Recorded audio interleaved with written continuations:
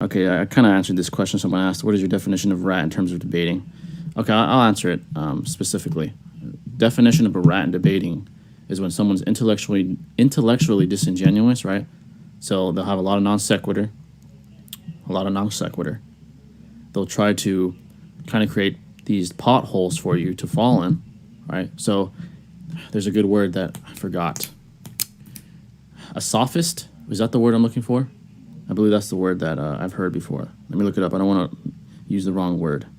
Yes, someone who's a sophist is a great rat.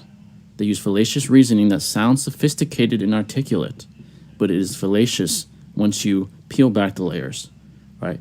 They do that, and also they're never willing to concede. They use non sequiturs to avoid conceding for the sake of the debate, for the sake of winning the debate, which is intellectually disingenuous. So those are the two main strategies of most rats in debating. They're sophists. Some of them are clever fallacious. Some of them are cleverly fallacious. Impressive, impressive. So why is an art community full of ratty people who care more about winning a debate than what is right? It's because there's a lot of egotistical, prideful individuals in there. Because when you're ratty and intellectually disingenuous, it doesn't allow you to improve, right? Because you're not willing to be open-minded. You're not willing to accept your defeats. You're not willing to look at yourself in the mirror and realize your flaws, the flaws in your rational deduction, the flaws in your ideology, your flaws on your presuppositions as far as power scaling. You got to be able to look at yourself in the mirror and make adjustments, right? Everyone, no matter who you are, even Seth the programmer or fucking, Destiny or someone. So, the top of the food chain, even they have to constantly adjust and improve. It's an inevitable outcome, So, and when you're a rat, right, not only do you have a lowly reputation, but you're fucking retarded, You're fucking retarded. And that's sad. You live in your own delusional, subjective, you live in your own subjective and delusional bubble. And you don't allow anyone to pop that bubble. You harden the bubble. And you live in your own delusional little world where only you are right. When in reality, in the real world, where there's only one truth, you're a fucking dumbass. And that's how most people look at you, unless they appeal to you emotionally, which we know some people. Some people are fucking dumb, but they have these goons that perceive them as these intellectually superior people. When in reality, they're fucking delusional. So I think everyone should look at themselves in the fucking mirror and make adjustments. Everyone has to. All of us do. So,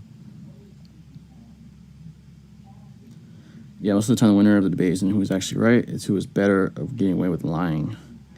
Sometimes, I would argue, when it comes to ambiguous topics, right, like anime, where there's ambiguity embedded and you can't really say objectively, from an objective lens, who's stronger, it really comes down to who can more efficiently articulate their premise. Whoever does it more articulate and has a more rational perspective is going to win. A good example is, let's think here. One that's contentious, but there's debates to be had. Maybe like Sasuke versus Naruto. Someone asked me this, actually. I'll discuss it. So at the end of Shippuden, Naruto versus Sasuke. What do we see? They're very relative. They're going blow for blow. They're fucking each other up. At the end of the fight, they're fucking about to collapse on top of each other, punching each other. But what's the key difference? Naruto didn't have killer intent. Sasuke did. That's the difference. And from that, you can rationally deduce one was holding back, one wasn't. One was holding back, one wasn't. That's the difference. So you can deduce on the balance of probabilities, it's more likely that Naruto would win.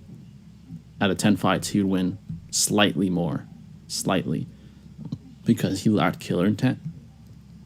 Right, so you got to be able to kind of extrapolate things like that. So, calling the rats out, I love it. Yeah, it's sad to see, and it's not just in this community, it's all communities. I fucking see rats everywhere. I fucking see rats everywhere. It's fucking upsetting, man. They're all over the place, from our community, the political community, the red pill community, all these communities. There's fucking rats everywhere. And it's our jobs to exterminate them, to expose them. That's our job. When you're an intellectually genuine person, that's your job. So, simple as that. Simple as that.